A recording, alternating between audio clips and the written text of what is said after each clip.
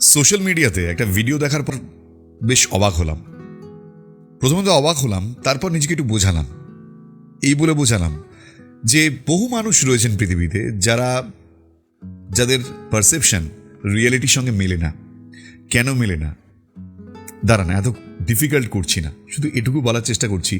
ভিডিওটা দেখার পর এটা মনে হয়েছিল যে একটা মানুষ যেটা ভাবছেন আর বাস্তবে যেটা করছেন, দুটোর মধ্যে আকাশ পাতালের ফারাক রয়েছে। তিনি সেটা জানেনও না। অর্থাৎ আপনি যেটা ভাবছেন আর বাস্তবে যেটা ঘটছে, সেটার মধ্যে একটা বিশাল ফারাক তৈরি হয়েছে। এবার আমি পরিষ্কার করে আপনাদের ভিডিওটা সম্পর্কে বলি।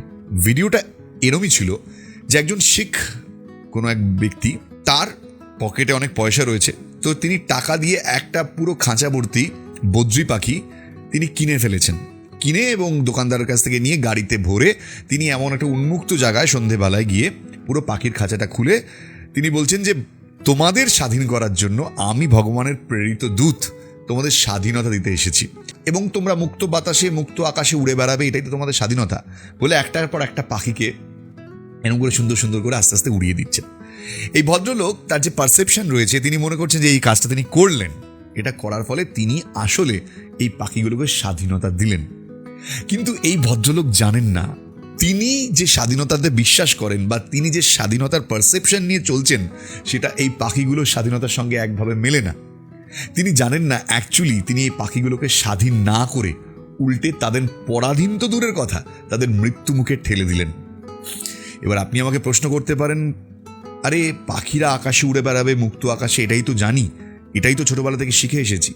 ওই যে পারসেপশন, মানে যেটা আপনার মনে হয়, সেটা সবসময় রিয়েলিটি হয় না। আর এই পারসেপশন আর রিয়েলিটির মাঝখানে গ্যাপ তৈরি করে কি? নলেজ। প্রপার নলেজ যখন আপনার কাছে থাকবে না, তখন আপনি যেটাকে ঠিক মনে করেন সেটা গোটা দুনিয়ার উপর আপনি চালাতে শুরু করবেন, যেমন এই ভদ্রলোক করলেন। আমার কথায় যদি একান্ত বিশ্বাস নাই থাকে, তাহলে আপনি গুগল করে নিতে পারেন, সেখানেও এই একই উত্তর পাবেন। এবার রিয়েলিটির প্রসঙ্গে আসি।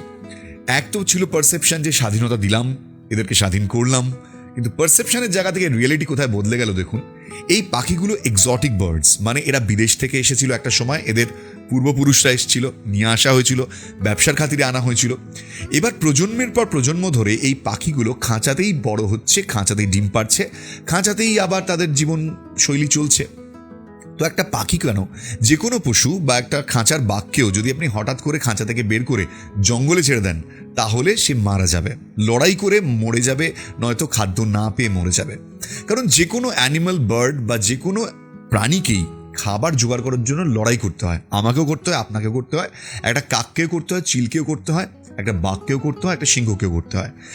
এবং এটা ছোটবেলা থেকে তারা শেখে, তাদের পরিবেশ, প্রকৃতি, এমনকি তাদের বাবা মায়েরা তাদেরকে এটা শেখায়। কিন্তু একটা খাঁচায় বন্দি পাখি বা একটা খাঁচায় বন্দি জানোয়ার, সে ছোটবেলা থেকে এটা শেখে না। তাকে যেটাকে বলা হয় যে ফিডিং করানো হয়, আমরা তাদের মুখে খাবার তুলে দিই। আর এই ধরনের এক্সোটিক বার্ডস যদি কখনো দেখেন যে আপনার খাঁচা থেকে কেউ ছেড়ে দিচ্ছেন, প্লিজ তাকে আটকাবেন, তাকে এটা বোঝানোর চেষ্টা করবেন প্রথমে। দেখুন, আপনি যেটা ভাবছেন সেটা ঠিক নয়। আপনার স্বাধীনতা মনে হতে পারে, আপনি শুনেছেন যে পাখি আকাশে ওড়ে, তাদেরকে উড়িয়ে দেওয়া উচিত। কিন্তু যখন একটা পাখিকে প্রথম আপনি খাঁচা থেকে বের করবেন, কোন কোন সমস্যা এসে পড়বে? প্রথমত, বেরোনোর সঙ্গে সঙ্গেই ঈগল থেকে শুরু করে বাজের মতন পাখিরা বা শিকারি যে ধরনের পাখিগুলো রয়েছে, ওঁত পেতে বসে রয়েছে। আর এইসব পাখিরা কি, এরা খাঁচায় বড় হয় যেহেতু, এরা উড়তে জানে না। বাইরে বেরোনোর সাথে সাথেই অন্য পাখি ছোঁ মেরে তাকে ধরে নিজের খাদ্য বানিয়ে নিয়ে চলে যাবে।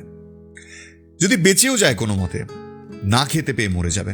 কারণ বেশিরভাগ এক্সোটিক বার্ডস বা যেগুলোকে আমরা বলি প্যারট জাতীয় যে ধরনের প্রাণী হয়, প্যারাকিট বলা হয়, এদের যে ঠোঁট বা চোঁচ যাই বলুন একটুখানি বাঁকানো থাকে। টিয়া পাখি, বদ্রি পাখি, ককাটেল, এরা এমন ধরনের খাদ্য খায় যেটা নর্মালি আমাদের কাক বা বুলবুলি বা শালিকেরা খায় না। এদের মানে ঠোঁটটা কি ছুঁচলো থাকে। তো এরা যে ধরনের মানে ফুড খায়, সেগুলো এক ধরনের সিডস খায়, দানা খায়, ঘাসের দানা বা এই ধরনের সূর্যমুখী ফুলের দানা। এগুলো এখানে কোথাও পাওয়া যায় না। তো প্রথমত পাখিগুলো না খেতে পেয়ে মরে যাবে।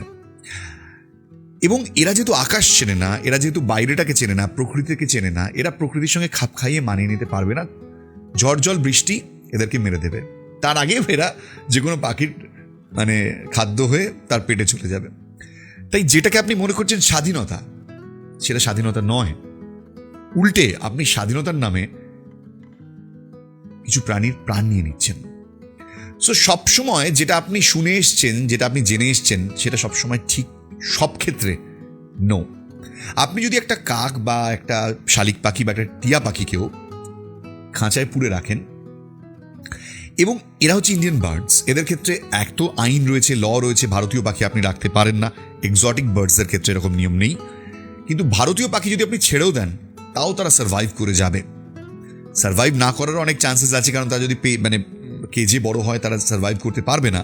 কিন্তু যদি আপনি তাদেরকে ছেড়ে দেন, তাও তারা সার্ভাইভ করতে পারবে, কারণ তাদের প্রকৃতি পরিবেশটা এটাই, এখানেই তারা থাকে, এটাই তাদের নেটিভ, এখান থেকেই তাদেরকে ধরা হয়েছে। অ্যাকচুয়ালি তাকে ধরা হোক বা তার পূর্বপুরুষকে ধরা হয়ে থাক, তাই সে সার্ভাইভ করে যেতেও পারে, তার জন্য একটা স্বাধীনতা হতেও পারে, তার জন্য মুক্ত আকাশ হতেই পারে।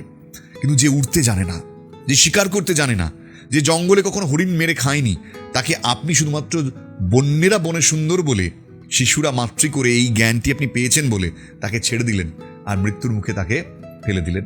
অ্যাকচুয়ালি আপনার কাছে যেটা স্বাধীনতা, অন্যর কাছে সেটা পরাধীনতার থেকেও বড় পাপ, মৃত্যু পর্যন্ত আসতে পারে। তাই আমি এই কারণে আজকে ভিডিওটা বানালাম যে পারসেপশন বা আমরা যেটা মনে করি হার্ড রিয়েলিটির সঙ্গে তার অনেক ডিফারেন্স থাকে। আমরা এটা বুঝতে পারি না, কারণ আমাদের কাছে প্রপার নলেজ নেই। তাই এখন থেকে আপনি স্বাধীনতার নামে আর যাই করুন না কেন, এই এক্সোটিক বার্ডসদের প্লিজ কোনোদিনও খাঁচা থেকে উড়িয়ে দেবেন না। এদেরকে আপনি বড় খাঁচায় রাখতে পারেন, বড় জায়গায় রাখতে পারেন, কিন্তু এদেরকে খাঁচা থেকে বের করে উড়িয়ে দেওয়া মানে এরা আর বেশি দিন বাঁচবে না, এরা মরে যাবে। তাই আপনি মনে করেন পাখিকে আকাশে উড়িয়ে দিলে পাখি সুন্দর উড়তে ভালোবাসে।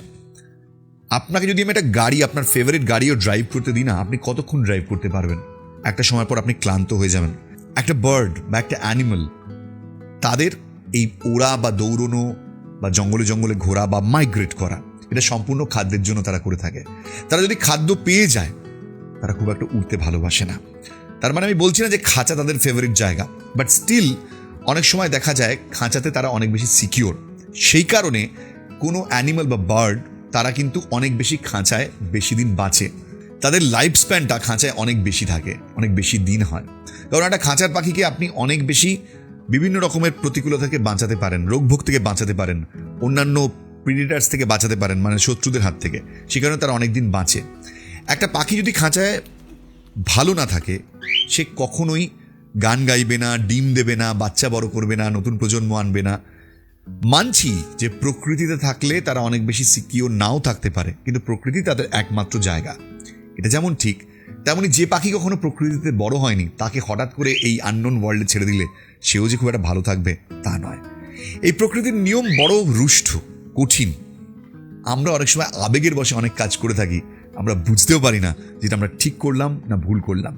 তাই যে কোনো পারসেপশনকে রিয়ালিটিতে নিয়ে যাওয়ার আগে প্লিজ একবার ফ্যাক্ট চেক করে দেখবেন, আপনার নলেজ প্রপার রয়েছে কিনা সে বিষয়টা নিয়ে, সেটা খুব ভালো করে একবার ভেবে দেখবেন। সুন্দরবনের একটি বাঘকে, যার পায়ে প্রবলেম ছিল, যে বাঘটিকে রেস্কিউ করা হয়েছিল জঙ্গল থেকে, পরবর্তীকালে তাকে সুন্দরবন থেকে নিয়ে চিড়িয়াখানায় ছেড়ে দেওয়া হয়েছিল, মানে রাখা হয়েছিল। এবং বন দপ্তরের কর্মীদের সঙ্গে মন্ত্রীদের একটা বিবাদ চলেছিল। কিছু মানুষ মনে করেছিলেন যে বন্যরা বনে সুন্দর, তাই তাকে নিয়ে গিয়ে জঙ্গলে ছেড়ে দেওয়া হয়েছিল। কিন্তু সেই বাঘটি ছোটবেলা থেকে এই শিকার ধরতে শেখেনি, তার বাবা মা থেকে আলাদা হয়ে গিয়েছিল, পায়ে প্রবলেম ছিল। সেই বাঘটি একদিন মৃত অবস্থায় পাওয়া যায় সুন্দরবনের জঙ্গলে। তাই এটা ছিল রিয়েলিটি, আর ওটা ছিল পারসেপশন যে বন্যেরা বনে সুন্দর। তাই এই ভিডিওটা প্রচুর মানুষের সঙ্গে শেয়ার করতে পারেন এই কারণে। আমি কখনোই খাঁচায় পাখি রাখাকে যেমন সমর্থন করছি না, আমার বাড়িতে রয়েছে সেটা অন্য কারণ, অনেক পাখি রয়েছে আমার বাড়িতে, খাঁচায় তারা বড় হয়েছে এবং তারা হ্যাপিলি রয়েছে সেখানে। বাট পাখিকে, খাঁচাবন্দি পাখিকে হঠাৎ করে আকাশে উড়িয়ে দেওয়ার পক্ষে আমি নই। বুঝতে হবে কোনটা ঠিক কোনটা ভালো।